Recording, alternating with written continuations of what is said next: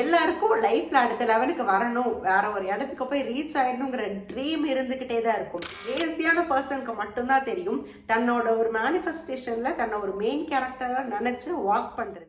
உங்க எல்லாத்துக்கும் சிரிப்பா கூட இருக்கலாம், பட் நம்ம கவனிக்காம போற பல விஷயத்துல இதுவும் ஒண்ணுன்னு நான் சொல்லுவேன். நான் டைனியான விஷயத்தை எல்லாத்தையும் செலிப்ரேட் பண்ண ஆரம்பிச்சேன். ஃபார் எக்ஸாம்பிளுக்கு ஒரு தண்ணி குடிக்கிற விஷயமா கூட எடுத்துக்கலாம். அண்ட் த நெக்ஸ்ட் திங், ரொம்ப இம்பார்ட்டன்டான விஷயம், நம்ம மைண்ட் எப்படி இருக்கோ அதுக்கேற்ற மாதிரி தான் நம்மளோட பெட்ரூம் இருக்கும். எந்த விஷயத்த எல்லாத்தையும் ப்ராப்பரா எடுத்து வச்சேன், இது எல்லாத்தையும் நான் கொஞ்சம் கொஞ்சமா கவனிச்சு மாத்திட்டேன் அப்படின்னா, எஸ் நாஃபியா நான் அதை பண்ணிட்டேன் அப்படின்னு சொல்லிட்டு எனக்கே நான் ரொம்ப பெரிய ஒரு கிளாப் கொடுத்து, இந்த மாதிரி இருக்கிற லேசியான பர்சன்ஸ்க்கு இந்த மாதிரி ஒரு அப்ரிசியேஷன் கிடைக்கும் போது ஒரு லெஜண்ட் மாதிரி எங்களையே நாங்கள் ஃபீல் பண்ண ஆரம்பிச்சிருவோம். இப்போ அக்கௌண்டபிலிட்டிங்கிற ஒரு விஷயம் நம்மளை யாராச்சும் வாட்ச் பண்ணிட்டு இருக்காங்கன்னு சொல்லி தெரிய வந்துருச்சுன்னா அதோட வர்த்தும் வேல்யூவும் வேற லெவல்ல இருக்கும். நம்ம எல்லாருக்கும் லேசினஸ்ங்கிறத தாண்டி இந்த ஒரு லெவல் ஆஃப் ஏஜ்ல ஹார்ட் பிரேக்ஸ், இமோஷனல் இன்பேலன்ஸுங்கிற ஒரு விஷயத்த கண்டிப்பா எல்லாரும் ஒரு இடத்துல ஃபேஸ் பண்ணிட்டே தான் இருக்கும். அப்பார்ட் ஃப்ரம் எவ்ரி திங், ஒரு லெவல்ல உங்களோட மைண்டு சொல்லும் உங்களுக்கு தூக்கம் தான் இம்பார்ட்டன்ட் அப்படின்னு.